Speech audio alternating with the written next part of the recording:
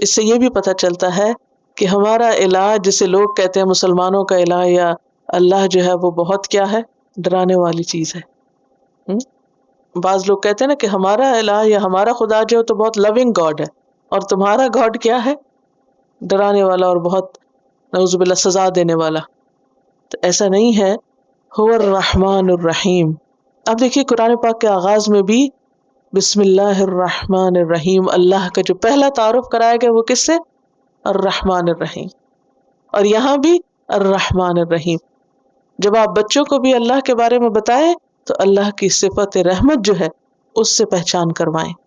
اور کیسے بتائیں کہ اللہ مہربان ہے؟ دیکھیے جو کچھ ہمیں ملا ہے یہ اس کی رحمت اور مہربانی کا نتیجہ ہی تو ہے۔ ہم نے کیا دیا تھا اپنے ہاتھ لینے کو؟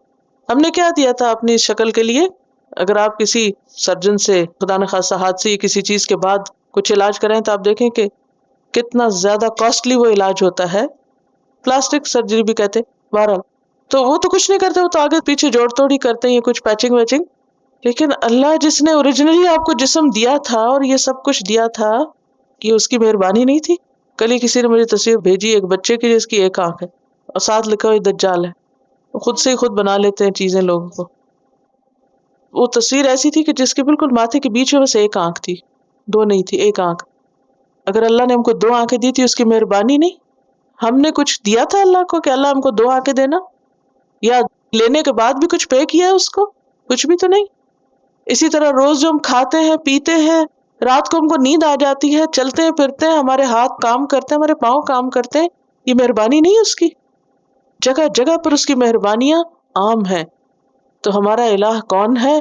الرحمن الرحیم۔ وہ بارش نہ برسائے تو کہاں سے کھائیں؟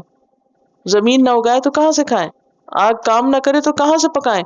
تو ایک ایک چیز، حتیٰ کہ جو آنکھوں کا جھپکنا یہ بھی اس کی رحمت ہے۔ اگر ہم آنکھیں نہ جھپک سکے اور صرف کھلی کی کھلی رہ جائیں یا باندھو تو کھل نہ سکے تو کیا حال ہو ہمارا؟ چھوٹی سی نعمت بھی چلی جائے تو ہم بیکار ہو کے رہ جائیں۔ ایک ہماری زبان ہلنے سے انکار کر دے، بولنے سے، تو کیا کر سکتے ہیں؟ کوئی ہے جو اور زبان لگا دے؟ نہیں۔ یہ سب اس کی مہربانی ہے۔ تو ہم اس کی عبادت کرتے ہیں جس نے ہم کو پیدا کیا، جس نے ہم کو سب کچھ دیا اور جو مسلسل دے رہا ہے، جو ہماری ہر چیز کا مالک ہے، جس نے ہماری ساری ضروریات پوری کرنے کے انتظام کر رکھے۔ کتنی ساری ضروریات ہے نا ہماری، اور ہر ضرورت کے لیے اس نے کچھ نہ کچھ بنایا۔ حتیٰ کہ ہماری ہر بیماری کے لیے اس نے علاج پیدا کیا ہوا، دوا رکھی ہوئی ہے۔ لِكُلِّ دَاءٍ دَوَاء۔ عقل بھی دی تو کس نے؟ اسی نے دی۔ تو سب کچھ جس نے دیا، ہمیں بھی پھر اسی کے لیے اپنا سب کچھ وقف کرنا چاہیے۔ ہمیں بھی اسی کا بن جانا چاہیے جس نے ہمیں سب کچھ دیا۔ تو یہ سوال تھا نا کہ کیوں اللہ کی عبادت کرے، کیوں نماز پڑھے؟ تو بات یہ ہے کہ جس نے ہمیں سب کچھ دیا، ہمارے اوپر بھی لازم ہے کہ ہم اپنا سب کچھ اسی کے نام کر دیں۔ کیسے؟ ان صلاتی و نسکی و محیای و مماتی للہ رب العالمین۔ بے شک میری نماز اور میری قربانی، میرا جینا، میرا مرنا، میرا سجدہ، میرا صدقہ، ہر چیز کس کی خاطر ہو؟ اس کی خاطر۔ یہی عبادت ہے کہ ہمارا سب کچھ اس کے نام ہو، اس کی خوشی میں ہو، اس کی خاطر ہو۔ ہماری ساری امیدوں کا مرکز اور محبتوں کا مرکز وہی ہو۔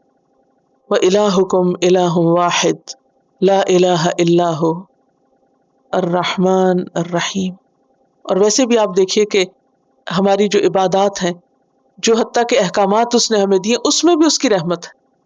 حدیث میں آتا ہے ان ھذا الدین یسر، یہ دین آسانی پر مبنی ہے۔ کیسے؟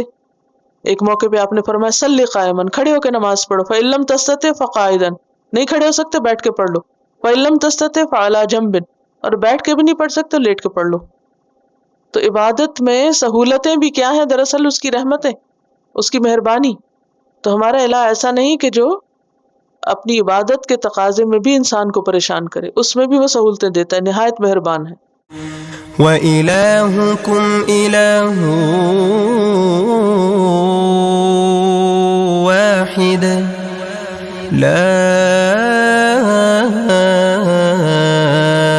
إِلَٰهَ إِلَّا هُوَ الرَّحْمَٰنُ الرَّحِيمُ۔